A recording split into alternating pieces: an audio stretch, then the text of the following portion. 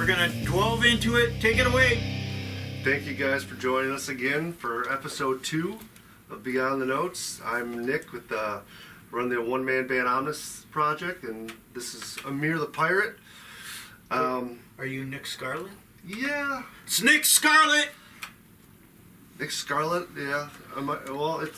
This is Scarlet right here, so I guess it's kind of fitting. I named the guitar that I got off of Amir Scarlet, and he calls me Nick Scarlet from that point on. That's a good name, brother. I can dig it. I can dig it.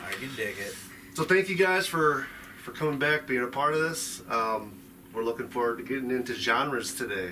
Okay? This is going to be episode 2 of Beyond the Notes, and we got We made it. a lot of genre talk to talk about today. We got to episode 2. We did, and we're still kind of figuring out the setting. You can see we've kind of got the Halloween thing going on here. Happy Halloween! Happy Halloween to everybody. Hope you're watching on Halloween Day here. No one is buried here, just in case anyone's really wondering. Oh yeah.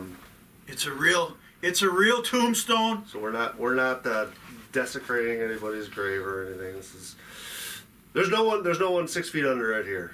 There might be from like 200 years ago, maybe. All right, that's a beauty. But currently, as far as we know, there's nobody buried right there. So yeah, happy Halloween, welcome. Thank you for being with us for the second show. We're going to talk genres today. Thank you. And yeah, this is our idea for Beyond the Notes here. We want to talk music and talk to the musicians. So again, I'm just going to kick off by reminding anybody out there who wants to be a part of the show to reach out to Amir, reach out to myself.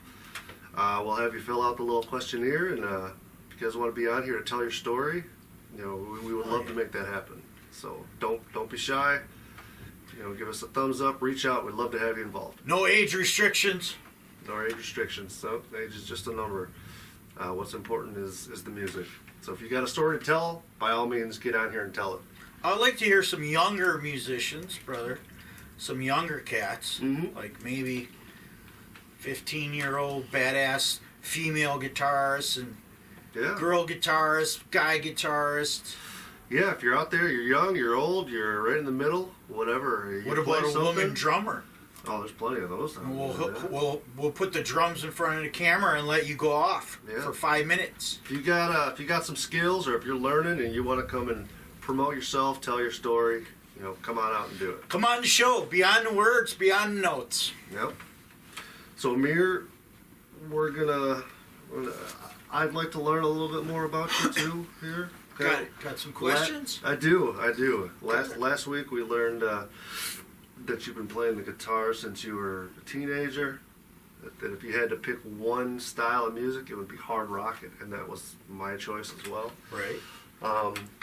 You're a pretty well-traveled guy, as far as I can understand. Yeah. Man, I'm sure you got some stories to tell about the west to the east coast, all your your adventures in between there. So we could spend days. Good, probably even longer. Months. Yeah. We're in Wisconsin right now, and we can feel it. It's Halloween and it's cold. It's cold. It's chilly willy. But this is not normal for Mr. Amir, as far as I understand. So where were you at before Wisconsin? Right before this Manitowoc, I was on the island of Martinique in the French territory. Beautiful island. Of France?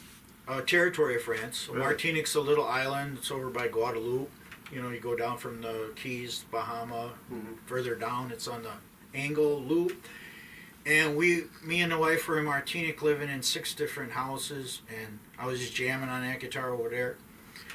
And the last place we lived in was... Is that picture that's on your profile? It's got the beautiful scenery in the background with you in acoustic. Is that France? That was I think that's in Nevada. Oh, is it? Yeah, some mountains in Nevada. But we lived in Martinique, and it was... I wish I would have filmed it, but we did some movie spoof, and the island got hit, and a bunch of people lost their homes. So we had to move around. We were in like 6 houses, and the last house we lived in was in the old capital, St. Pierre. And back in like 1902, 30,000 people, when the volcano erupted, wiped 30,000 people away from the vapor. So that's where I was right before good old Wisconsin, Yeah. home of the high humidity and freaking ice cold winters, where everybody says they're out ice fishing with their buddies, but they're at the strip bar. They're not in their little shanty like they tell Few of you. them are. Yeah, few of the diehard guys are out there, looking uglier every year. So France and Wisconsin. How about I mean, you've been in the rock scene a long time. Yeah. And you've seen people, you know people. You've got. It's You cool. could weave a story that would probably not end. With all the Yeah, shit that's that the you've been problem through. with that's the problem with open candidness. We could dive into stuff till we're blue in the face. We could So- be here for hours, All right. and we never get any topics done, brother. So we're gonna real quick just to touch base, guys. Today we're gonna talk about genres, and we've got 5 of them that we're gonna touch on. We're gonna start with pop. We're gonna talk about AI, computer-generated genres. We're gonna delve into country. What was number 4? Oh, big band. We're gonna talk big band, and then we're gonna end it with rock. So if any of those are not your particular genre, just go ahead and hit the timestamp below and jump to that. Skip to your genre. And also make sure to visit Amir's channel as well. This is going to be uploaded on both our channels. If you're on mine, make sure to visit his. That'll also be linked below. Tell them about that. The project. The project, The name of the channel. Beyond the Notes. No, honest. Oh, the Omnis. Oh, yeah. So a lot of people are asking where I got that name from, Omnis Project, and what. Yeah. Omnis is it's a Latin word. Omni means all or everything, and I got kind of left behind. I was in a couple bands that just didn't work out, and I ended up kind of just deciding to do everything or do it all myself. So, being that I kind of run this one-man band, yeah, it was the Omnis Project where I kind of do everything myself. So, And since it's Halloween, it does sound pretty. pretty ominous. Yeah, but it sounds a little eerie, ominous, and you're saying Latin, which makes me think of Pig Latin, and I'm like, you're evil, dude. That's an evil channel. No. You never know with these words. I mean, I like all that stuff.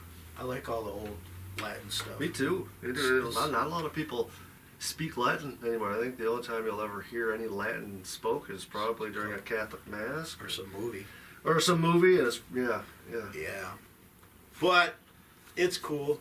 It's cool to study where we came from, just like we're doing today. Yeah. Studying the music, going back in time, and I think that we're going to probably touch on things other than music by accident. Yeah, that kind of Like happens. today. Yeah, we've been bullshitting and riffing for a few hours now, and we've already kind of spun one hell of a weave. We should have shot the first hour. Yeah, right. Should have been on, man. And going back in time, yeah, that's kind of what I want to start with. We want to talk about. We're going to talk about pop first here. Okay. What do you think it is about like pop music that makes it so? I mean, pop is short for popular music, Yeah. but there's a very specific sound of music that's just dominated the airwaves for a long time now. What is it about that sound that just grabs people? I think pop is just like the major part of mainstream. You know, what's popular, what stores, what bands. Pop is what's the latest flavor of the day. Mm-hmm. But it has ruled the charts in history. Yeah, and I think it's. I mean, you hear these 3-minute songs. They're never all longer than 3 minutes. Schematics. Right within the first couple seconds of hearing the song, you kind of, you're either grabbed right away or you're not. Right. And that's one thing that I remember hearing from a lot of really famous song producers and songwriters is they want you to know that their song is being heard within the first few seconds. Who knows the first pop song ever written? If you know the first pop song ever written, we'll give you a guitar lesson for free, but you're going to have to write it in the comments. Tell me who wrote the first pop song In America? in the world. In the world? I don't know. That's why I asked the question. This is the way I can communicate with people who know the answers. There you go. The first pop song ever written. What What would your guess be? If you had to, Ike Turner, Ike Turner. What year? 67. The Beating first on, commercially mainstream beating on. pop It was song? called Beating on Tina Turner. I don't know. I should have left. That ain't right. Poor that. You ever see the Tina Turner movie? I don't About think her I saw life? the movie. Man, I remember she's a seeing tough some doc- chick. Yeah, that girl. She's tough. She got some toughness. She took some beatings and came back. She did. I dig her. Yeah. Oh, one of my favorite songs. Not what's got to do with it. Oh man, she's got some killer songs. She had a great voice too. Oh, I Don't Want to Fight No More is the Tina Turner song I like the best. I Don't Want to Fight No More. Yeah. Which touches.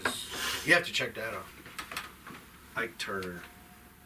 Pop music, in terms of I don't know, mainstream popular music, like melodic music's gone back a long time, and I had to look this up.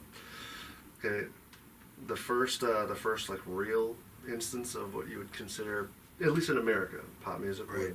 would be the Star Spangled Banner. You know, which was Francis Scott Key way back when this country was formed. But it wasn't written for America. It was written for a different country. Is that true? Yeah. Oh, I didn't Yeah. know that. I know that he wrote it while he was in jail, and Yeah, it wasn't for America's national anthem. It was for some other country at first. I got a video 4th of July that talks about the history of Star Spangled Banner. If you find it on my channel, check it out. Yeah, under 4th of July somewhere, Star Spangled Banner. there was another song that was actually before he wrote that, before that was popularized. It's called "Hail Columbia." It was used as the unofficial anthem of America at that time. Really, I didn't know that. Yeah. the things we find out. Hey, That's cool. and Star Spangled Banner. Yeah, it actually has some pretty cool history. The song. Very Star cool. Spangled Banner. Yeah, Do you yeah. remember that show that was called? I think it was just called American History. It was like some comedic show that was out for a while. It might still be out. Where they would like give people like funny documentary style videos about like the history of America. You ever watch that or no? Yeah, back in. There was one on I saw a couple Francis Scott things. Key where it kind of showed how his story came about, how he ended up in a jail and was writing Star Spangled Banner. And he's sitting in jail and he's like, well, this shit sucks. You know, I'm gonna make this better. I'm gonna write a song, and apparently that's where Star Spangled Banner came from. It's a good tune.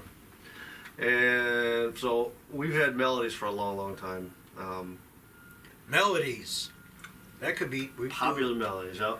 I think we have to do an episode on just melody. Oh man, I could go to town on melodies. I mean, Great, there you go. There's episode 3 or 4 or 5 or 6. classical compositions, you know, Right. some of those Melody melodies. versus non-melody. Yeah. As you know, there's a lot of that going And on. don't get me wrong. There's nothing wrong with a good bass E note that just kind of drones on over and over. But Trance music. yeah, a lot of I like a lot of black metal and metal, but I got my limits. You know, I like melody. I like all sorts of music. You know, I don't just kind of. I mean, I'm you not don't just wanna- into rock. You don't want to go to a 3-day rave and hear dum dum dum Yeah. dum dum. I do want to go to Hellfest though. Definitely. You have to. I looked into getting tickets last time when Let's they go. first came out. Man, the tickets came online and they were sold out that day. Aline That went day. to Hellfest. Did she? Yeah, she saw a lot of. Yeah, it's in bands. France. Yeah. And apparently they've gotten bigger and bigger every, like a decade ago it was just a small little Right. thing. And now it's basically a community. It's like a city out there. And now everybody's wanting to be on the Hellfest stage. Oh, I like sure. all those places. They're like, oh, you're going to play stage 3. And then you're going to, if you're popular enough, you move up to stage 2. And if you're premier and pay us money, pay to play, you can play the big stage opening in the morning for a They kind got of name they got a brand. ton of Big stages, names a ton now. of stages though too. Like I guess Right. they got like a little town you can walk to, and as you're going to get a beer, you'll probably hear 5 different bands, and while walking, 50 yards. Anyone out there go to Hellfest? Give us a comment about your experience at Hellfest Yeah, let and us the know. bands you saw. Or Wacken. I mean, Wacken's also that other huge one in Europe. No, Wacken. that's whacking. I call it. Wacken. Whacking is huge. Whacking Same is- thing whacking with is whacking. They long ago it was little. Now when you see the 2 stages, it's like when they show the aerials from the drones. It's intense. Yeah. Almost as far as the eye can see. Kind of like that 91 Moscow concert that Metallica put on for. Right, Was it Moscow. 2 million, 1.5 million. Moscow was huge. Whew. Those kids were going ape shit. Oh my goodness, that's Right. crazy. Yeah, so Hellfest would be really good. That's on my list of things to do. Definitely. But you gotta like know when the tickets are coming out right then and there, and just be Get ready. yours. You got to get them for next. Because then everyone will buy them up and then resell them for $5,000. You got to get into the management and get your tickets for 2026. So Yeah. you're in there. Yeah, my son's a little upset that I didn't get tickets for us this time because I told him I would and I tried, but I failed. Your son's gonna come on the show, I hope. He'll be a part. Yep, he's going to be a part. You know, we've got a lot of people. We thank you guys for reaching out, wanting to help out with this, so we really appreciate that. We've got a lot of people that are slowly becoming involved in this project here, and it really makes us, feel really good about it. And we really appreciate it. And we're going to incorporate those people in as we get Interaction at go its on. finest, right? It's going to get better and better and better. We're learning all sorts of new crap every time we do this. So thank you guys very much for your input and for all your help. So back to pop music. Pop music. All right, we got Francis Scott Key kind of started the era of the melody in America, and then we go to Elvis, I guess you could say, Chuck Berry. Chuck Berry. My first concert, Yeah. 7 years old, Chuck fucking Berry. Hey, Chuck Berry! I saw Chuck Berry with cocaine in his nostril at a fucking craft fair, duck walking back and forth, and I said, Dad, what is that white stuff on his nostril? We gotta go, son. It's vitamins. Saw Chuck Berry. Chuck Berry ripped my head off. Yeah. So it's Chuck Berry, then right to Randy Rhoads almost. Dude, I saw Chuck Berry when I was a kid. Really? I went home, I was like, gotta get a guitar. A lot of people had that feeling too. That's how great they were. Chuck Berry was the pioneer of rock. I agree. A lot of people would argue Elvis is the king. No way, And Chuck Elvis, Berry. He's got his niche. Elvis, he definitely had a big part. That to play. dude couldn't even play a guitar. He was lip guitaring when he started. Elvis was pretending to know chords. He was just pretending to play. But I'm also on the Chuck Berry train. Chuck Berry was playing for real. That guy and his pianist, man. That guy. No. Was it Thompson? I think it was Thompson. Everyone in his band, well, he was pretty strict. They had a cool sound, man. They had a really cool sound that was new. And it was just, You ever see the movie, the Chuck Berry movie with Keith Richards? No. Dude, watch that. Keith Richards and Chuck Berry in a movie for his anniversary show. They film it. It's like a movie and a show. And fucking Keith Richards is wanting to he's fucking all pissed at Chuck Berry. Chuck Berry calls him out and Keith Richards ain't taking it. He's just fucking ready to rip his throat out. Why? Check that out. Overtaking a limelight or something? No, fucking Chuck Berry's like the double stop. No, it goes like this. You're not playing it right. and it fucking Keith Richards ain't having it. He's like this, He's like, it's fucking snap, dude. Check that one out.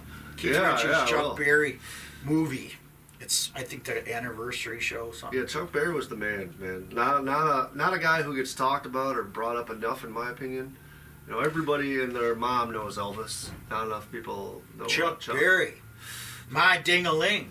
Anyone out there who doesn't know who we're talking about, do yourself a favor and just look Back to the up Future. Chuck Berry, okay?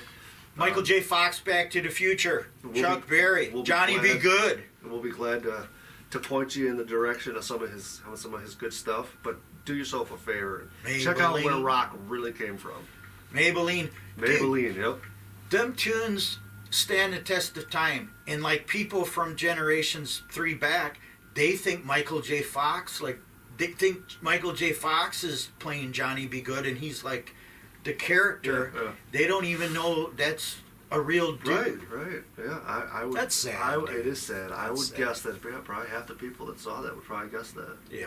Because there's not people out there telling the truth or what actually happened or where it actually came from. Chuck Berry will age a lot of people because, man, Chuck Berry was super popular in the 50s, 60s. Mm-hmm. And then I wasn't even born and he was. So then we jump into the 60s, and after Chuck has his reign of kind of really bringing birth to rock, we got February 1st, 1974, we had a #1 single here in the United States, which was by a very famous band called the Beatles.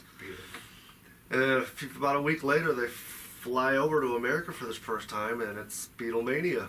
And the Beatles officially have taken over at that point. And that's really where, in my opinion, where pop music where became... Yeah. The launching platform. It was...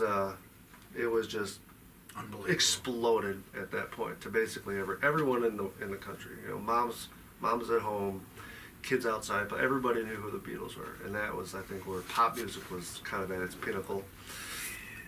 Hell yeah. And it stayed that way for quite a while. And you know, rock music, blues music, I call the Beatles classic rock, I guess you would, you know, determine them to be. That type of music stayed in the top of the charts and popular music for a very long time. You know, it wasn't until, you know, our last episode we touched on 2004 Billboard charts versus current Billboard charts, where we noticed that big shift, and it actually came a little bit sooner than that. It was 1994. I looked up the charts, and Boyz II Men, you know, the birth of the R&B. I didn't really dig them, but they could sing like a motherfucker. They could, and a lot of people, you know, it was something new. You know, that R&B style kind of took over, and Some Keith Sweat. Who was that kind of Boyz II Men, Keith Sweat. Oh. And that's kind of where pop music has been hanging out for the last 20, 30 But you're plus right, years. there is a certain connection with it all. Right. You know, it's mainstream, popular, and they float in there and they keep pop like within the boundaries. And one thing I've Too noticed far, is, too- even regardless of how the music has changed, how it sounded, one thing that's remained constant the whole time is the songs have gotten shorter and shorter and shorter and shorter and shorter. Like the average song now is not over 3 minutes long. And a lot of people argue that's the perfect length for a song. And You can't have a song. 6-7 minutes. Wait a minute. Red Beach from Winger, Headed for a Heartbreak, the longest radio top 40. Check your statistics. He was on there, and that shit, Headed for a Heartbreak was super long. Longest guitar solo ever was top 40. And got big airplay, and that proves that the whole, you know, the bullshit format, it's not true. You got to keep it under 3 minutes. And then this guy, Red Beach from Winger and Kip Winger, they put out a song in there 6-7 minutes or whatever. Unbelievable. And then, and some of those songs that came out in the 80s and in the 90s, you know, Guns N' Roses, November Rain. That's long as hell. That's So I disagree with the whole has to be under 3 minutes. Right. Because, and, you know, November Rain is... I mean, I get why the record companies push for that, because, you know, the more songs they can play in an hour, the more money they're going to make. You know, if their hour is full with Master of Puppets, 10 minutes, November Rain, 10 minutes, Freebird, 10 minutes, you know, they're missing out on We got another episode right there. Radio. Yeah. Oh. What happened? What happened to the radio? Video killed the radio. I was just gonna say, you beat me to it. He beat me by 1 fucking second. Millisecond. Literally. So yeah, pop music, that's where we're at right now. It's been on a pretty long trajectory, and who knows where we're gonna go. If anyone's got any ideas of what the next 10 years of pop music looks like, or if anyone's got an awesome pop song that they think's gonna get up there and change things, fucking get it out, please, by all means. Big question, Captain Nick.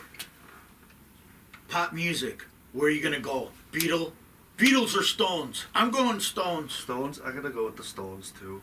Dude, every time I meet somebody, I go down the road and I'm like, Beatles or Stones? They say the Beatles. I'm like, have a nice day. Beatles are great, but the Stones were grittier and rockier, and they weren't so clean. See, the Beatles They you had heard. more soul. Right. The Beatles you heard, the Stones you felt. Right, the Stones you felt. Right. Not to take anything away from some of the Beatles classics. Sure. I mean, they kind of invented that. I don't know if they invented it, but they perfected that 4-chord progression for a typical chorus that we're still using to this day. So they did a lot of really good stuff that worked for them very well, and they got a lot of catchy sounds. You know, they knew how to make a hook. Man, when Ronnie Wood joined the Stones, that's when I really dug them. Ronnie Wood was ultra cool with Keith Richards. Yeah. But then I loved George Harrison too. He was a badass. Yeah, the Stones, they got. I definitely choose the Stones, 100%. Bam! 100 times out, 100. Beatles or Stones? Out to the audience there. If anybody's watching this today, let me know if you're Beatles or Stones. And if you're Beatles, that's fine. It's okay. Really? I won't condemn you to the fiery pit. I won't let them. All right, so pop music, we're good. Now number 2. This one's going to be a little tricky and hard to talk about. AI music. Switch it up. Dude, that's a major switch. Pop to AI. AI. What are your immediate thoughts on this AI stuff? AI, for me, being old school, is interesting and intriguing, but also fucking creepy. I mean, there's people doing stuff. That's what I mean. I'm a musician. I'm playing my balls off, trying to make money off music. These guys just put in a program. They throw a face on something. They throw out a video. They get 5 million hits. They get a check from YouTube for $1,122, and I'm like, that's unfair, man. Yeah, it's. So it's like It is creepy. It's creepy. It's the latest fad, is what it is. I mean, and you could argue AI really has been around for a long time. Right. Do you consider a mixer or a computer artificial intelligent? You know, it's not an acoustical instrument. Right. But what we're really talking about here is like the true AI that's kind of new now. Like, here's an example. There's a couple YouTubers that I've seen over the last few months. They've downloaded this AI software that will just create a song for you from start to finish. And literally all you're doing is writing in the prompt, you're writing some lyrics. That's it.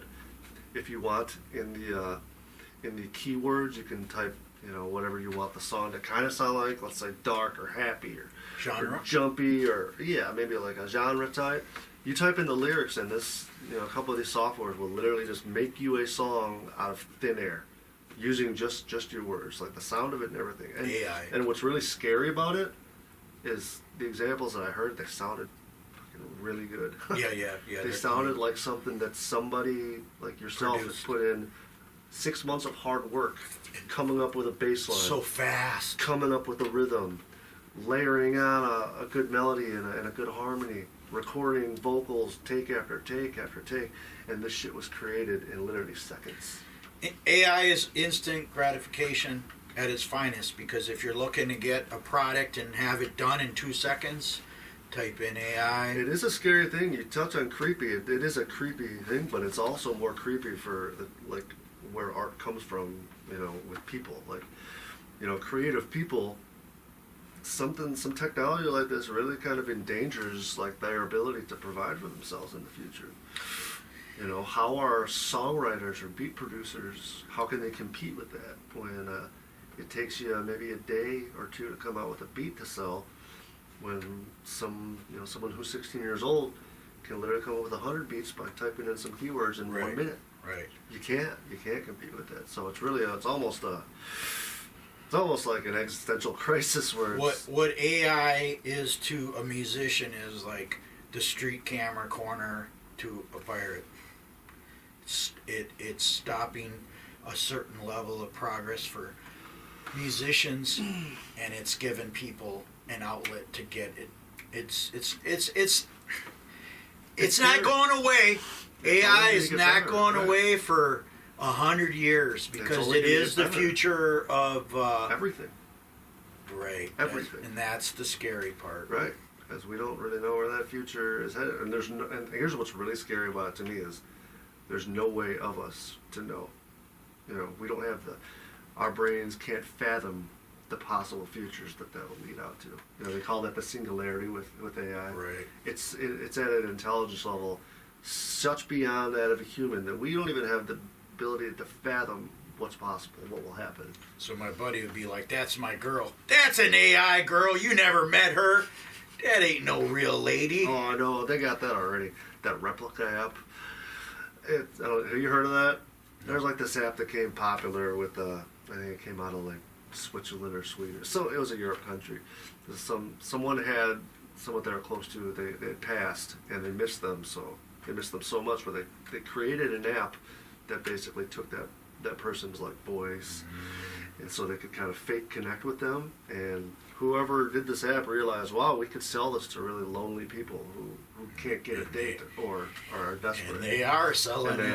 And there are people out there that are in relationships with so AI is a software. AI is a huge genre in new music. Yeah, I mean, it's taken over in more than just music, but it's really leaving a mark on music. It's its own thing. And it's only gonna progress, I think, at a pretty existential rate here. So what does that mean for the future of artists then? You know, we're 5-10 years from now, and what does that mean? I mean, I think people are going to be people at the end of the day. You know, I think we may have this boom of AI that we like the technology because it's new. You know, wow, I can make a song in 5 minutes. I don't got to go work. Cool. But I think at the end of the day, people are going to want to revert back to being Going people. retro. Exactly. There's always going to be a thirst for like real art out there. Absolutely. You know, art that was created by somebody that you can relate with. Blood, sweat, and tears. I can't relate with an HP sitting next to me. I can relate with you. You know. Emotions. Right. Real emotions. That's why this show is cool. It's real. Yeah, and I hope that dig it. with all this AI birth and this music that's kind of changing things slowly but surely. I just kind of hope that we can all find our humanity and come back to thirsting for real. There's art people out by there real people. right now wondering if we're AI presented. We're not even real. Yeah. They think this is a fake asset with the green Hold screen. on, he's glitching real quick. Let me just. No, all right. He's back. Yeah, how scary is that? What was that one Keanu Reeves you were talking about? That Keanu Reeves is song? playing Fade to Black by Metallica, and he's sitting in a chair, and he's got like a Les Paul in his face. They take it, and so it's like Keanu Reeves playing guitar solo to Fade to Black. But and it wasn't Keanu Reeves. No, it's not him. It's some fucking silly ass dude Probably some guy in. who's got a paycheck more than me. But it was convincing. Like it actually looked like Keanu Reeves. It's so. I mean, At first glance, you could get tricked. yeah. Right? No, if you see the thumbnail, you're like, oh. Wow, Keanu Reeves playing Fade to Black. Click. I saw Keanu Reeves in the year 2006 on his birthday at Belly Up in Solana Beach, and I saw him behind a black curtain like that, and he was over there, and he was doing this. I'm not kidding. He was doing that fucking hip-hop beach music. It was his birthday, and I was like, dude, come here, look. He's dancing with himself. And he was playing bass in a three-piece. Yeah. Yeah, he had his own band. He's okay. I've always done Keanu Reeves. He's an okay bass player. Well, just as a person too. You hear about like Oh no, I think how he treats like his staff. And he's okay. He's a charitable dude, man. I Yeah. think he's all right in my book. I dig Keanu. But what about Bill and Ted's? He was fucking tripping, Pretty cool. smoking a lot of buds, for real buds. Alright, so yeah, AI is pretty scary now, and who knows what tomorrow's going to look like. How many people like AI? How many people dislike AI? Are you all for it, or are you against it? Or are you in the middle? Are you undetermined? Are you unconvinced it's a product that we need for our future? Or should we create everything from ground zero like the pioneers and pilgrims back in the day? And if it is something that we all decide together we don't want, what can we do about it? Well, Any and all ideas are welcome. Okay? If we can figure that out, we'll be on to something. hell yeah. But I don't know. I think the AI is obviously inevitable. There's no change in it. How about country music? Genre of country music. Country music is dominating. Man, country has gotten a lot popular over the years, huh? You know, When were you introduced to, when was, your first memories of listening to some country? Because I got some good memories. I used to love country music, man. And I still do. Patsy Cline, way before Dolly Parton, way in the day, Patsy Cline, coal miner's daughter era, like that. Johnny country, Cash. the guys in the woods, the guys drinking moonshine, more like hillbilly country. Yeah. And that goes back into the 1800s, man. Oh, sure. Ragtime. But country now, I don't mind some of it, but I do not like when people sit on a bar stool and they hate their wife, they hate their dog, they hate their truck, they hate everything about life, but they love that country music that makes them super sad. That's the country music I don't like. I like it a little more positive. Some like Willie Nelson has some draggy stuff, but then he also has some upbeat. Yeah. But dude, country music's good been balance, yeah. and they've been ripping me off because our rock dudes, country guitarists do steal a lot of 70s guitar players' riffs, and they twang them up, but they're stolen riffs, and then they're perpetrating that's my only thing against country I heard that music. a lot of country stars, they try to start their career in rock, and They went because country, They dude. went country. If I would have went to country in like 1979, 80, I would probably be in a nice house right You'd now. be taping the show on your Wouldn't private be beach. doing this in the green. Exactly. Your I mean, island.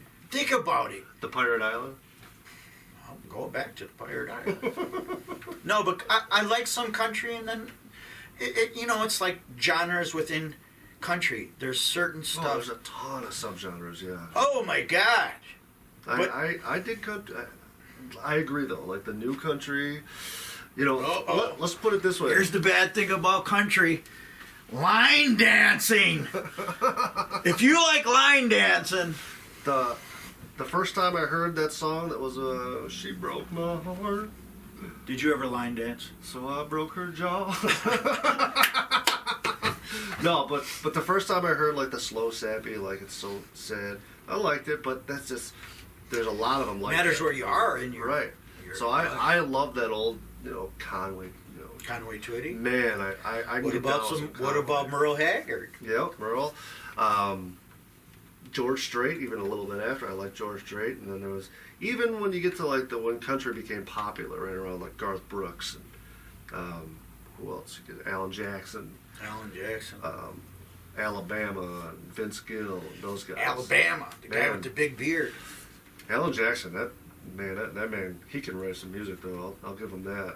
He's got some songs. I used to have a coworker back in the day, and he was a big country fan. And he went to a lot of Alan Jackson concerts when he came around.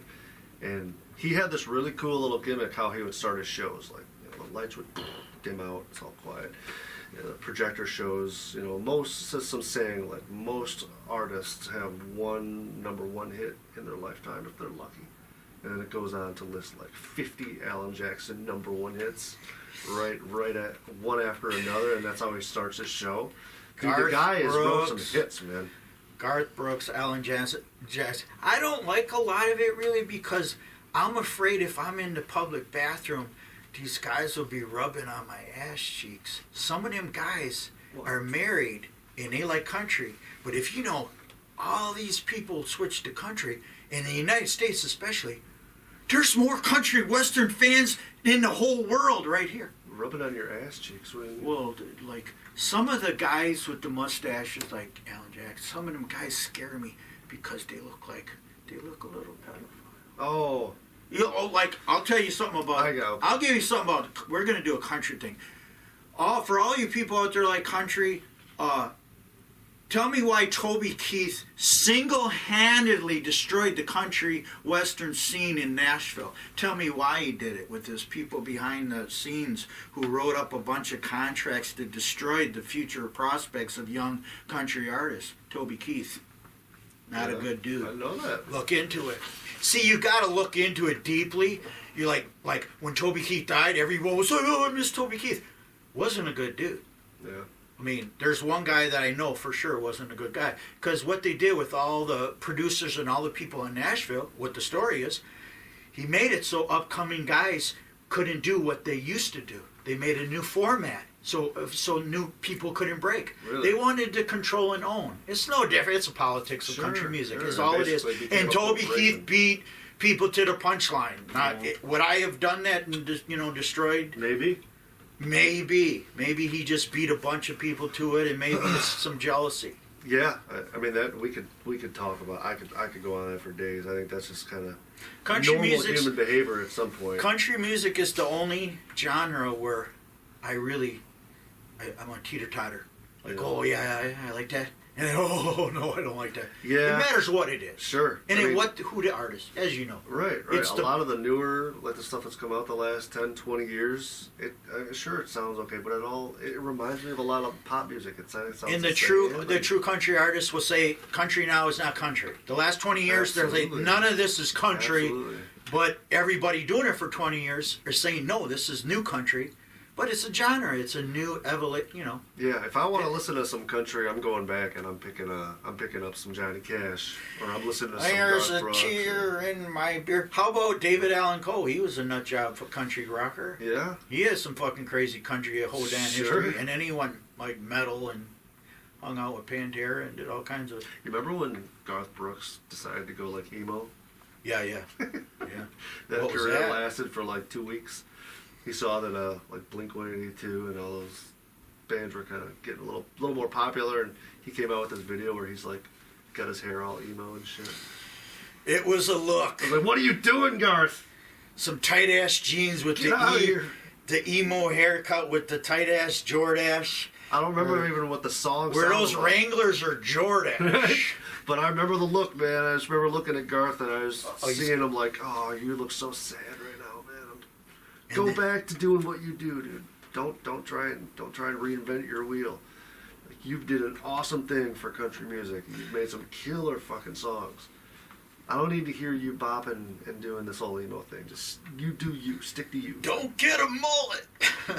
I mean, is there any, not just country, but like, what artists have made that flip successfully from genre to genre? Off the top of my head, I can't. I know that there's a few, but I can't think of any that have done it, successfully. Shania Twain a little. Yeah, maybe. She got a lot more going for her than her voice, though. So that helps. Right. I guess it don't hurt to be half good looking in the country. Half man. good looking. Man, that she is one of the most gorgeous girls I think I've ever seen. I think one of the coolest women in country, the history of country music. Absolutely. Younger, older, I don't give a fuck. Hold on, let me guess before you say. Can I guess? Yeah. Okay. Faith Hill? Emmylou Harris. Oh, that was way off. Holy shit. You see Emmylou Harris when she's 19? Long ass straight hair. Unbelievable. See her old with her white ass silver hair? Unbelievable. The real deal. Plays the Gibson Jumbo. Is a cool ass country artist. But Faith Hill, I see why, I see why those people, they have a certain look. And It's they classic want, American. and that's what the young little girls want at 16. They see Faith Hill, and now they're all copying Faith Hill. Yeah. But then I think she's a good role model to look up to. Who's she married to? George Strait. It's drawing a blank. The, Hayden, the, who's she married to? the long-haired dude. Who's Faith Hill married to? Tim McGraw? No, not Tim McGraw. No. Maybe. I know that she was on that, they did a show recently called 1897, I think it was called. It was like an old Western show. Did you hear anything about that or see it? It's actually pretty good. It was supposed to take place in 1897 and show like... Faith Hill as a cowgirl. Yeah, and she nailed it. She actually freaking nailed it. Pull up my britches. It was a good show. Country hoedown. Yeah, it was, and it was another. I think it was Tim McGraw. I don't know. I don't know my current country guys too well. But look, at country goes back to the campfire days of the cowboys, which is original kind of country, kind of folkish, but that's kind of where country came from. Country as country. Working all day on the Cowboy ranch, country, yeah. Sitting around cooking up some dinner and playing the acoustic. Eventually some of that stuff turned from campfire music genre to country. Yeah. I think maybe some origin in campfire music to country music. Good Because old they were time. cowboys. Yeah. And everyone had a guitar back in the day. Yeah. Because they didn't have nothing else to do. There was no girls to keep them warm at the campfire, so they pull out the guitar to get down. Yeah, country's got its strong points. And that's got why its it's weak sad, points. because they were at the campfire Oh, writing yeah. country songs, and they're like, I'm lone, so lonely. Well, that's pretty good. He's got a good Elvis, this guy, huh? Yeah, right. How about all right, we're gonna jump to a new one. Name your favorite musical soundtrack. Soundtracks. Soundtrack, I'm going with the Bee Gees, Saturday Night Fever, and the whole... Nice. I'm going with the disco because I really like the cocaine-inspired energy of the Bee Gees. Get up, put on a polyester shirt and start wiggling. Cocaine inspired. Man, the Bee Gees, that's when everybody was, that's when drugs were at the all-time highest, is actually during that era of the Bee Gees. When Staying Alive, everybody was doing that sort of thing. Yeah, these guys, they came up with the sound that was perfect for that. It party wasn't atmosphere. marijuana. It was get in the disco ball and go for it. Yeah, I don't know too many guys that would disco after smoking some pot. Man, I used to go to these dances. I would wear my light blue, sky blue suits, light blue pants, light blue vest, and the suit jacket, and a big fly guy shirt way out to here, and I'd be back in the 70s. I would be cutting it up. So there's a lot of good musical soundtracks out there. I came along a little later. Give me yours, brother. My favorite, and it's probably got something to do with the movie itself. Jaws. But it's no. It was The Matrix. Actually. The Matrix soundtrack. You know, I in my earlier years, I was kind of into. I liked the electronic sounds. That proves our age difference, because you'd be Sure. right. Look, Saturday Night Fever. You got that Matrix. same intense feeling you got from the discos. I got Right. when I was a teenager here in techno. I'm a huge fan of the Matrix, because That was a movie that kind of changed my life, really. everything is the Matrix. There's It the was Matrix. man, what an idea. I mean, I can go back to like a few pivotal moments in lives where I've been watching some point of entertainment where I literally knew that things had changed, you know, for me, and that was one of them. Favorite scene in Matrix. Probably when Morpheus has Neo in the program with the white background. They got the two recliners and they're there, and he's just explaining what the Matrix is to him, like by showing him, you know, the program they're in. Right. And as he explained how the machines had broken down the human person to a battery, and when Neo kind of lost it at that point, like it was just like he fucking lost it. Right. I kind of lost it too a little bit when I was watching that, because it was just a brilliant idea. You know, you're stuck inside of an artificial prison that you are not even aware you're in. Right. You know, I think that movie came out when I was probably 16. And I remember seeing it, and it It's just, a good movie. holy crap, what a story, what a script, man. And a great soundtrack, too. I loved, you know, the Crystal Method. They had a lot of those really intense techno sounds. And Heavy techno. yeah, and at the time, I loved that stuff, man. I ate it up. Absolutely loved it. And that got me into a little bit more techno. I started listening to a lot of, you know, German techno and European techno and pop. And there was that Eiffel 65 band that came, I'm blue, da ba dee da ba da. Oh, yeah, Remember that one? Yeah, That was right around the same time. I remember that. And it was a little phase I was in, but that was one soundtrack that I'll always cherish and I'll always remember and love. So what would be the top soundtracks? I mean, of course, you got, like, Star Wars music and stuff like you know, space sounding stuff, but what about, like, true band soundtracks that bands made? Yeah, that's a good one, right? I'm sure, like, very popular bands have made a lot of soundtrack for the soundtrack of that movie, Mm-hmm. but they're just like one song in there. You know, one movie song that I've always loved, and it's went from movie to movie. It's got the same sound, but it's a different artist every movie making that sound. Was the James Bond theme. Oh yeah, You know, they changed it up a little. and I think it sounds like it originated from that old Secret Agent Man song. Yeah. Secret Agent Man. And it sounds really similar to that. I remember. If I had to guess, I don't know for sure, but that's kind of where I would think it. The Man with the Golden Gun. I dig that music. And then when Daniel Craig was in the latest batch of movies, you know, was it Casino Craig. Royale, and there was Spectre. There was a Favorite dude of the favorite Bond. yeah. I gotta say Craig. I'm going with Sean Connery. Big Sean. Yeah, it's just lovely. It's marvelous. Just did a little Dude, slap on the Sean Connery shaved up to his fucking. When he shaved past his eye all the way to his eyelid. His hair grew. I mean, his hair grew up to here. Yeah. It was- that was a man's man right there, huh? Sean Connery died, right? Yeah, he's dead. Yeah, You know, I think some Couple years people that ago. are dead, I think they're still alive because I want to keep them alive in my memory, and I'm like, Sure. oh man. Yeah, there's a few people that kind of do that too. I think we'll have to cover the dead musicians that, you know, like an episode of just all the people that have died that have impacted music.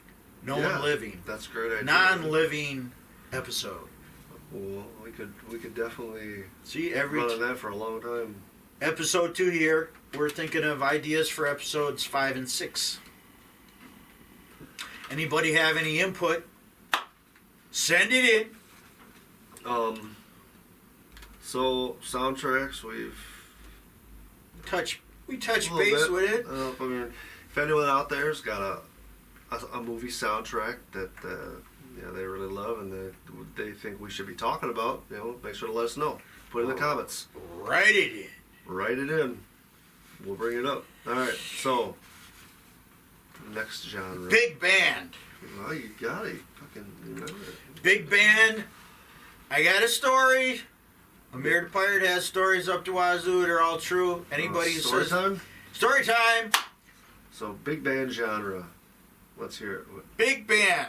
So back in the year 2010, I went to Vegas and got married with my wife Aline, and we're in Vegas and we're just partying. We're in Vegas tripping balls, and we go to the MGM studio, and we go to see the head manager lady go in her office. I said, "Hey, you got this street behind the MGM, like right behind the back, and it says Deco Lane." I said, "That dude is my grandfather's brother. It's Kenny Deco. He played with all the greats. He played with Tommy Dorsey's band, played with the Rat Pack, everyone." Mm-hmm. So the lady, the head manager at True Story, my wife can verify it, she's a big fat lady. And we're in her office, and she lets out a big-ass fart. And I'm not kidding. And it stunk. And she was so embarrassed. She was like big. And it came out. It had to come out. So and then she got red and looked around. And when I told her that the picture on the wall, that's my grandfather's brother, played bass with everyone known in the whole Vegas. He lived there, Mm-hmm. So they named the street after my grandfather's brother, Kenny Deco.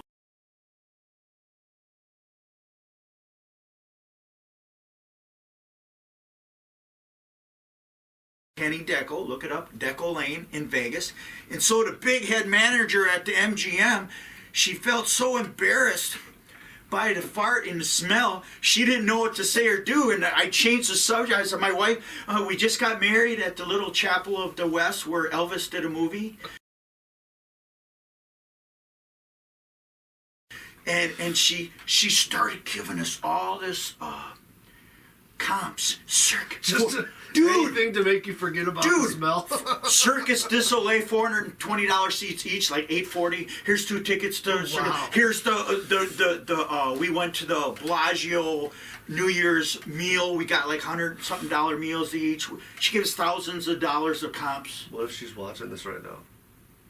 You had to do what you had to do, and I thank you for all the gifts. We didn't have much cash, so our whole wedding celebration, because we went there to celebrate, and it turned out fabulous because of her. So thank you for all the comps and the Circus du Soleil and Thanks all the for farting. Thanks for farting. I think it had everything to do with it, and she was like, "I got to make up for this." True story. That's great. Yeah, so I love it.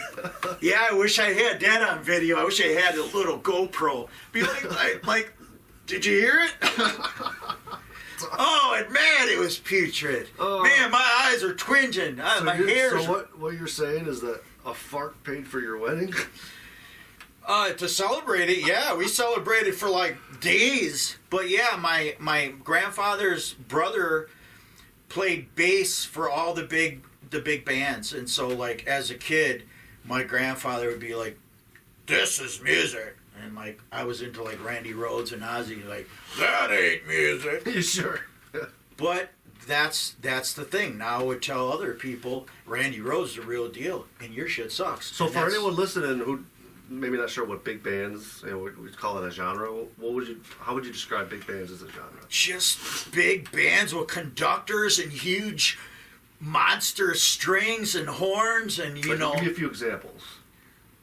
Just Tommy Dorsey, Jimmy Dorsey, Tommy Dorsey. Frank Sinatra. Frank Sinatra and like the Rat Pack people, they were all into the big band, it's like, and that was the big party scene. If you were somebody in the United States, presidents, you were connected to the big band. Sure. They are like, big bands are the influence on a whole different level. Outside of music too. Right. There's the key. Music, yeah. Right. It was like the political and entertainment genre of hoopla, where if you're hanging around the big bands, you must be in. Sure. If you got a table with food with a waitress coming and you're in that room, you must be somebody. Yeah. It ain't for the... Yeah, that was a different time in the country. It wasn't for the unpopular... Even if you had money, you'd be like, nope. It's like, when you go to the club and they're like, you can go in, back in the... You? No. Good-looking girl, you can go. Guy with the mohawk, There's still a lot of gotta that. go home. Oh, yeah. Favoritism. Yeah. But there's big bands, big instruments, drums, big horns, this big music, loud. They were just, they didn't have all the PA stuff. They were just blowing. An acoustic spectacle. Unbelievable. So the big band, I listened to that stuff on 78s. Mm-hmm. I don't know if you ever saw a 78 record, but they're like big ass records. It could be a weapon, yeah. Yeah, knock someone out with 78. How many people have 78s in their home right now? Not sure that half people They're know all what a 78 is. All right. What's a 78, Amir? 78 is a giant LP, but before albums, they had 78 size. So you got your 45s and 33s, but 78 was the original record. Was that a millimeter size? It was as big as this table thick, and like if you threw it at someone, you're getting stitches. No bullshit. But then you have 78s, 33s, 45s, then you had your tapes, and then you had your CDs, and most kids, they don't know what CDs are even. Tapes? 8 tracks. I don't know what 8. Yeah. 8 tracks. I had 8 tracks on all my cars. I would have old 1970 Oldsmobile with the big... Yeah. I had some killer Cassettes, things on 8 cassette track. tapes were, they're a quick thing of the past, too. People collect them. Yeah, they do. I I joined a group on X. It's called Artists and Friends, and if any of you guys are watching, thank you for letting me be involved. I'm just going to promote a bit of knowledge as artwork here. This guy came up with this really cool drawing of an artist with a lock on top of it, or not an artist. I'm sorry, a cassette saying Artists and Friends inside of it with a lock. So it almost looks like a padlock, but it's a cassette tape, and it's all stippled and stenciled by I think his wife did it, and all by pencil. And man, it looked great. I'm gonna have to put a picture in the description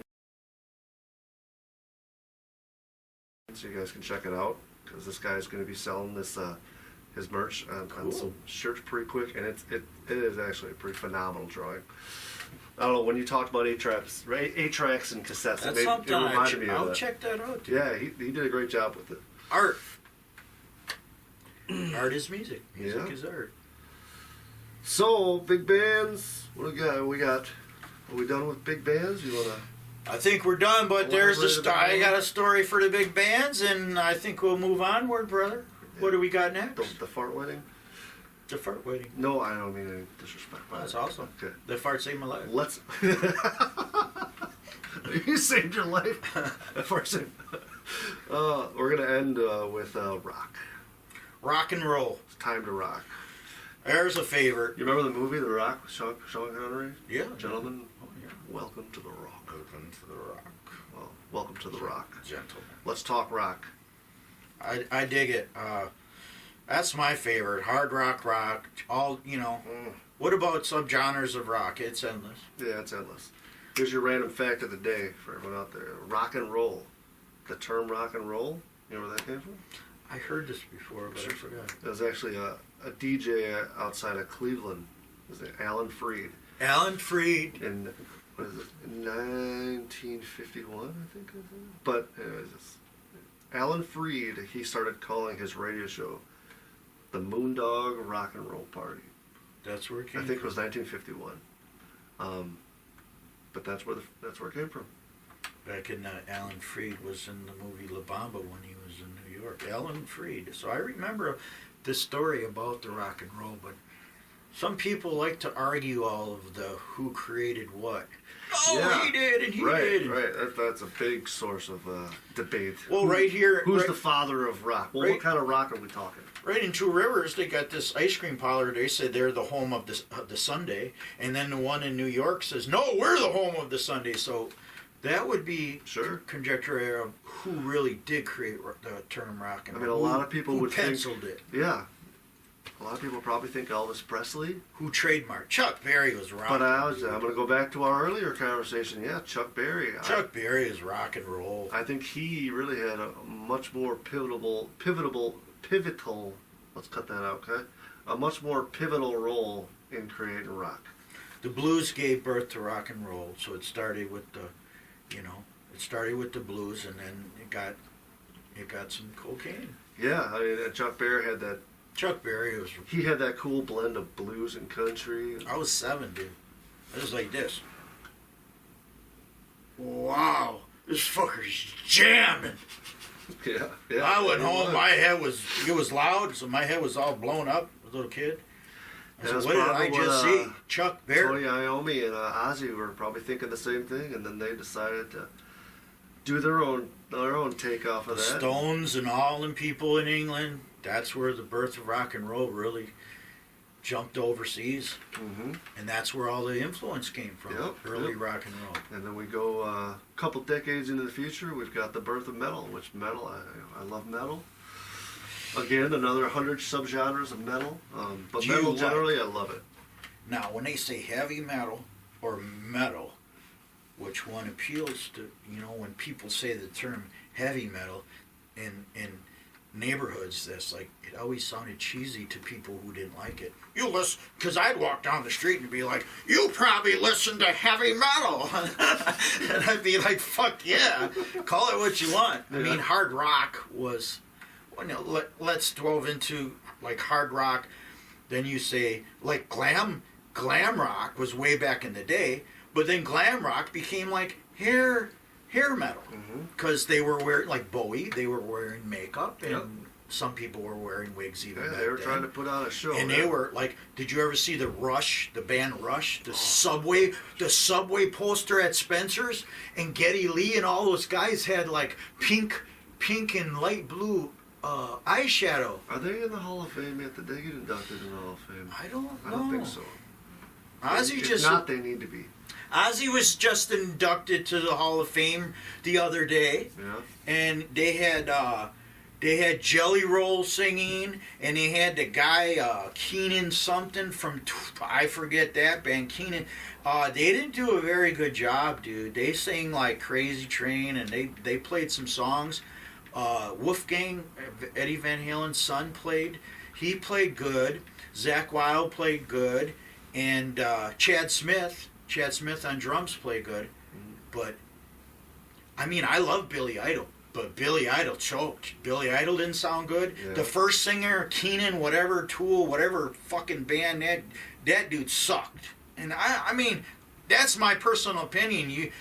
There's a million people that love that dude, but watch it. Ozzy Osbourne, Hall of Fame, inducted. The first song with Wolfgang playing guitar and the singer with the short white hair, Maynard, whatever the fuck your name is, dude, you're flat. I'm not a great singer whatsoever, but you were playing on stage at the Rock and Roll Hall of Fame to induct Ozzy Osbourne. Ozzy said on camera, he said, I'd like to mention Randy Rhoads. Without Randy, I wouldn't be sitting here. And that choked me up. Yeah, because Randy is the reason why there is an Ozzy Osbourne. A lot you could talk about with Randy too, right? That's a whole. Yeah. That's 3 episodes. He was one of your biggest influences, obviously. Yeah, well, from early Sabbath, so 1970, Black Sabbath album, all the way to Randy Rhoads, 1980, for shows. Saw Randy a few times, saw him in 80, 81, 82, he died. Yeah, Ozzy. I mean, Randy Rhoads brought Ozzy back from the dead from Sabbath. Because if he didn't find Randy, he's probably done. Yeah, that man could play, and he unfortunately he left us a little, way too early. How about your favorite rock bands? What are they? Well, top 3 here. Oh, my favorite rock bands. Any genre of rock. I mean, my number 1 favorite band is still Stone Temple Pilots.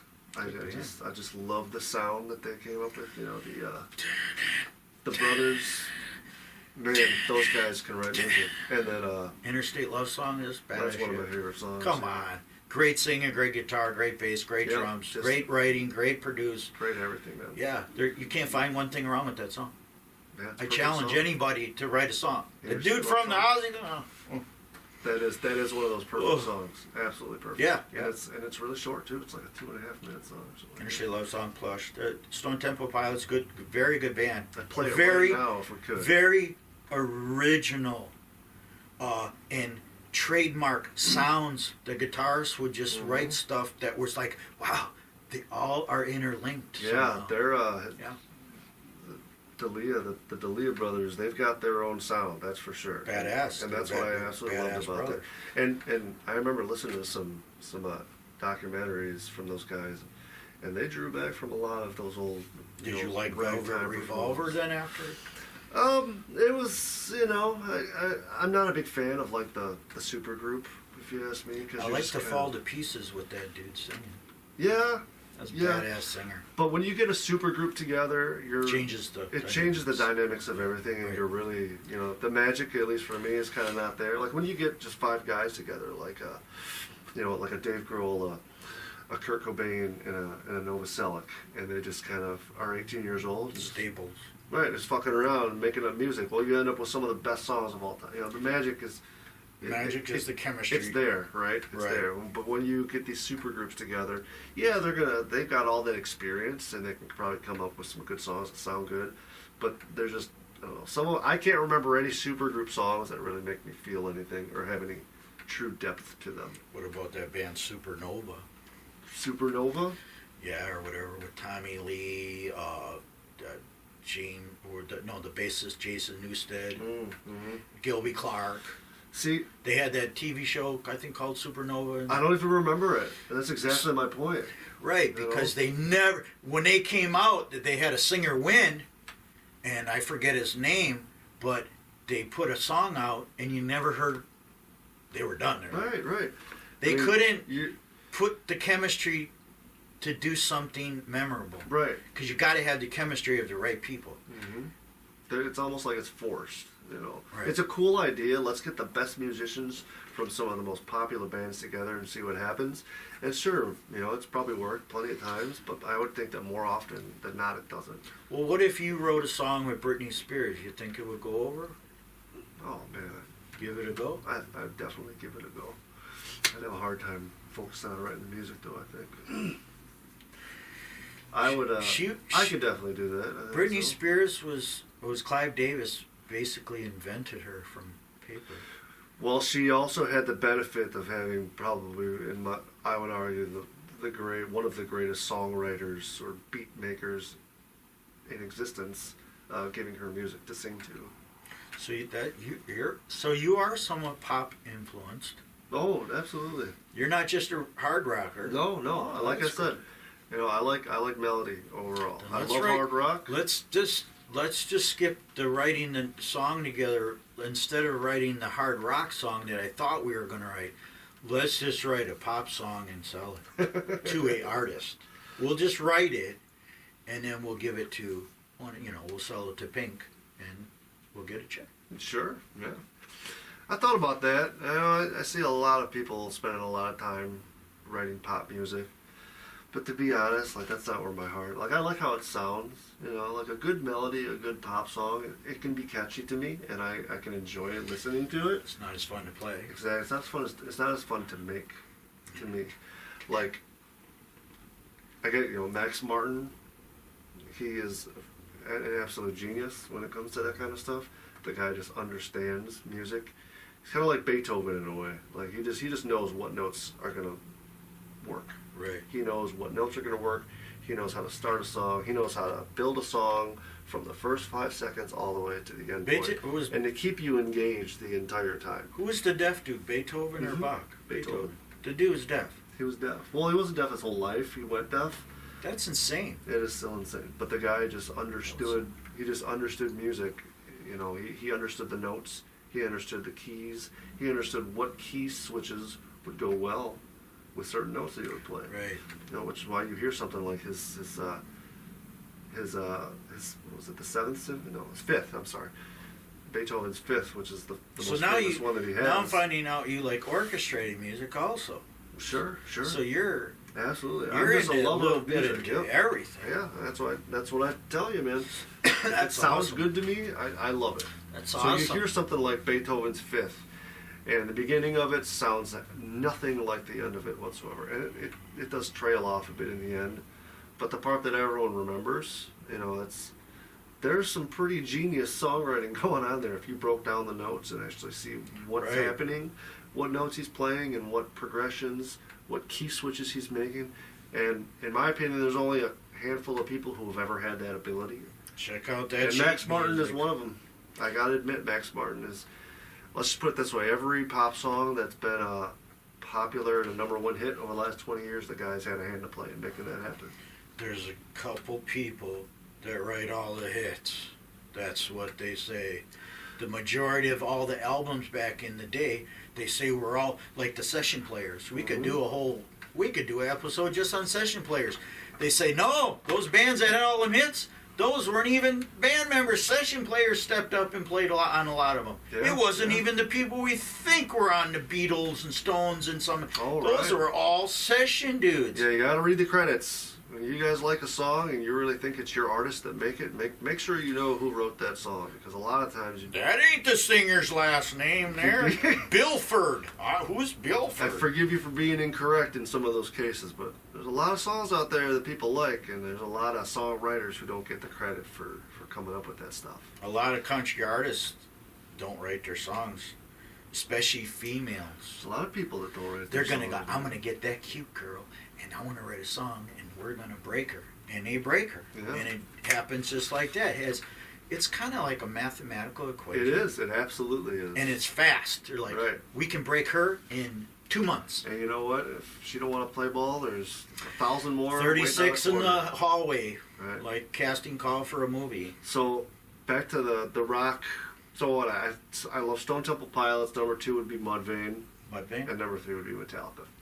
So Metallica super heavy, Mudvayne still pretty heavy, and then STP, the lighter of the bunch, but my favorite. I love that shit. Yeah. For melody, it's all there. I'm not huge on Metallica. I don't hear a lot. Kirk Hammett is blazing, and I don't like James Hetfield voice. I'll make that known. James Hetfield, no. Ask my wife will be like, honey, you want to hear it? It's like barking. I see badass bands all the time, and I walk in the club. I've seen a million bands in my life, and as soon as the band comes up, they're crazy progressive killer music, and then some fucking asshole comes up there. I don't hear one word you're saying. You're fired, dude. It's if you can't hear. I can kind of hear a syllable, but I can't make out one word for an hour and a half. You can't sing. Oh, for an Dude. hour and a half, yeah. It's, Rob Halford, I can hear his words in clarity, but some of these bands, man, it's like it's too distorted. see, So I'm not a fan. And this is why I'm I not a love this. fan. Like I totally disagree. No, I hear Like, you. I It's good to love- get. Come on, it's good to. When I think It's of good to disagree. heavy metal, like the sound, Yeah, to me, James Hetfield, his voice is the first thing that pops in my head. Like when I hear like what should metal sound, or what does metal sound like? Were you forced to see him live? Yeah. But were you ever see him live? Like I've never 11 seen times? them live. Oh, so you're going by albums, which are super. Go they're talk. processed, of Go course. talk But to then, hey, Lean a lot of about the people live argue. shows. Oh, it's horrible. I've heard from a lot of people that have seen them live. Hit or they, miss. they can play better live than they do on the record. And I would say these days, obviously not so much anymore. No. But back when the Kill 'Em All and Master of Puppets, Ride the Lightning, when those were coming, when they were promoting it early, there was Early thrash metal. stuff, yeah, that's Dude, big. those guys put on a fucking show. Oh yeah, Man. fucking high energy. Yeah.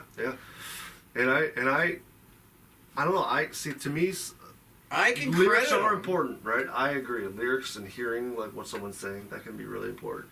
But I guess I'm just different in some ways where sometimes I don't need to hear any words. Sometimes I just need to hear a sound, like certain sounds. Like Right, sounds. That's why I'm so big on melody. Right. Because I don't need words all the time. Sometimes I get a right melody. Something like, let's just take Beethoven's Fifth, for example. That's got no lyrics, no words Right, whatsoever. right. But you hear that melody, you hear that sound, and you just kind of feel something from it, you know? That's what it's about. Yeah, what you yeah. personally feel. Right. And it's great to disagree because look at it this way. I fucking can tell you 50 bands right now that I hate. And I hate the Pet Shop Boys. I fucking can't stand the Pet Shop Boys. But I'll tell you what, brother. Don't matter if I don't like them. I will give respect to anybody who has made a living and bought a house and car and toured the fucking world more than me and did that with their own original music. I will respect you 5,000%, even if I hate your guts. I'll be like, well, you know, even a rap guy. You know what I'm saying? Don't matter what genre. If you had conviction, even if I don't like it, and I do hate your fucking guts, Pet Shop Boys, big time. You guys suck. But I respect you also. I also can say, put the hate aside and all that bullshit. I respect you for standing to your fucking, sticking to your guns. Yeah, or absolutely. like the guy in The Cure, man, Robert Smith. I'm going to give it up to you. Because you stood by it and you didn't falter and you had conviction. Yep. And that means something to me. Absolutely. That means something to me personally. Stay as a true musician. to yourself. Yeah. And when I see people selling out, dismissed. Yeah. I'm sorry. I still respect that you did get on the charts. I will respect your clarity and your accomplishments, your Emmy, your global awards, your fucking Grammy award, all your Grammy awards on your pianos. But if you suck, you suck. But you still gotta give it up. You know, like you could say Elton John's phenomenal, but there's people who say he sucks. So we're always gonna fucking. No one's ever gonna see eye to eye. And again, the beauty about the music is neither of us is wrong or right. No, It's no. Right. It's just that it is. Because there's It probably is. 40,000 dudes and women out there saying, Amir, you suck. I love the Pet Shop Boys. And I totally get it. Sure. Yeah, absolutely. And then you, like, yeah, well, he said I suck. And they rule. So we, but the guy sitting right next to him would be like, "What are you talking about? come a camellia. Fucking Boy George. When he came out, everyone hated him. But then all of a sudden, he was super popular, and they accepted him. Yeah, it's funny how that works, right? And it flips on the edge of a dime. And that's what's Yeah. cool. That's what's cool. You could be counted out as a musician, and then you do one little thing, and it breaks. Mhm. And it's like a freak of nature. It's Yeah. kind of accidents. Sometimes a star becomes a star by fate. That happens a lot more than we actually realize. Right. You know. There's another episode. Yeah. Damn, we got a lot of episodes. There's a lot of accidents that are forever going to be recorded as some of the best songs of all time, or the best moments of all time. So Who out there knows "Sweet Child of Mine"? Exactly. A lot of you have heard "Sweet Child of Mine." Did you know that riff that Slash came up with? They came up with that while they were drunk on Oh accident yeah, he didn't as a want joke. He didn't want to use it. It was a joke. They were messing around one night and just doo-dee-dee-doo. And they used it. They realized, wow, we accidentally stumbled upon something here. We should. And here it is. It's probably got 150, 200 million views on YouTube right now. Universal. And every single person who's Love ever Me- heard of Guns N' Roses, they know that You song. got "Love Me Tender" by Elvis, and you got fucking "Sweet Child of Mine" is like the new "Love Me Tender." Yeah, It's just like yeah. a modern love song. Elvis. He was Dude. a showman. I gotta give it to Elvis. He was a showman. I like the last Elvis in Vegas when he had his residency, and the fat Elvis, but he was doing the taekwondo and he was wearing the fucking rhinestone suits and the big giant fucking WWF belts, and he could sing. When he got bloated and fat, you could tell he was gonna die. There's a couple shows that you can see his last couple shows. He knew he was gone. Sure, probably. He burnt out. He burnt the candle at both ends. That fucking colonel. Who's the greatest showman in the musical business of all time? Who's the best artist? No, not the best artist. The greatest showman. Well, a lot of people say it's James Brown because he works so hard. I'm not a huge fan, but I can respect him. Showman? I don't know, man. Elvis? Elvis has got to be up there. Elvis for a showman. I mean, Celine Dion would be like the... Everybody has like different eras. What do you think, though? Showman? Best musical showman out there ever. I say fucking Ozzy and Sabbath was a good... That's a good. In good Sabbath, choice. he was pretty real. I mean, And then it kind of... there's literally a musical festival named after him. So, yeah, he's a good showman. So how do we wrap up the episode with rock? Well, Ozzy. How can we? Ozzy is a big influence to you, right? Yeah. I mean, Randy Rhoads as well. I talked about STP, a little bit of Mudvayne and Metallica. You know, the Leah Brothers and Scott Weiland were big inspirations and influences to me. Love that guy. Yep, all those guys that are just huge influences to me. They're all dead. Such a cool. Yeah. They're all gone. But they left their mark. They left their mark, and I'll forever cherish that. You know what that means to me. So next week we're gonna touch on the stuff that influences us. Next week influences? Fucking A. It's about time. Yeah. So episode 3. Thanksgiving influences. We're gonna share the influences that we're grateful to have.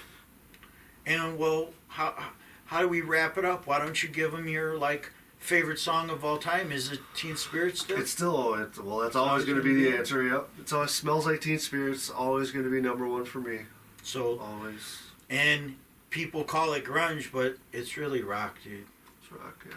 There's no such thing as grunge in a way. Like Jerry Cantrell, that's guitar playing. It's heavy. It's rock, but that's genres. We're trying to figure out what the hell people have to divide and conquer and come up. Do we need to break ground and create new genres, or are these subgenres just bullshit? And is there really 8 or 9? There's 7 notes: A, B, C, D, E, F, G, and genres. There has to be a master. We covered. I looked on Wikipedia. That list is just subhuman shit. It's huge. How about you? What's your favorite song of all time? I'm going with Desert Island CD or one song. Just one song. Diary of a Madman from the album Diary of a Madman, yeah. with all the orchestrated, background singers and the crazy arrangements of Randy Rhoads. Diary of a Madman, super slow, and then haunting guitar playing, and it's an opera in itself. So yeah, Diary of a Madman's for me, but it's hard to pick. There's of course, it's so hard to pick one song. But if you had to, everyone should have that one that's okay. That's it. Diary of a Madman. It Smells Like Teen Spirit for me. Would you play it at your funeral? That's the question. Would your favorite song be played at your funeral, or would you have your loved ones? Would you give them instructions to pick a different song? Yeah, I think I'd probably have them play a slow, maybe orchestral version of it. That's a little more somber, more appropriate for the setting. I don't know if anyone would want to get down to Dave Grohl and beat an animal on those drums. You don't play Highway to Hell at a funeral. Thank you guys for stopping in today for episode 2 of Beyond the Notes. How long was our episode, brother? Oh, it was a while. I wasn't timing it, but it felt like a good 45 minutes again. Thank you, brother, for being here. Love you, and thank you, people, for watching, and stay tuned for Thanksgiving, and Happy Halloween, motherfuckers! Halloween. You guys get out there, get some candy. Make sure to visit the dentist. They don't get tooth rot. Don't forget to vote. Don't forget to vote. Happy Halloween. Beyond the Notes.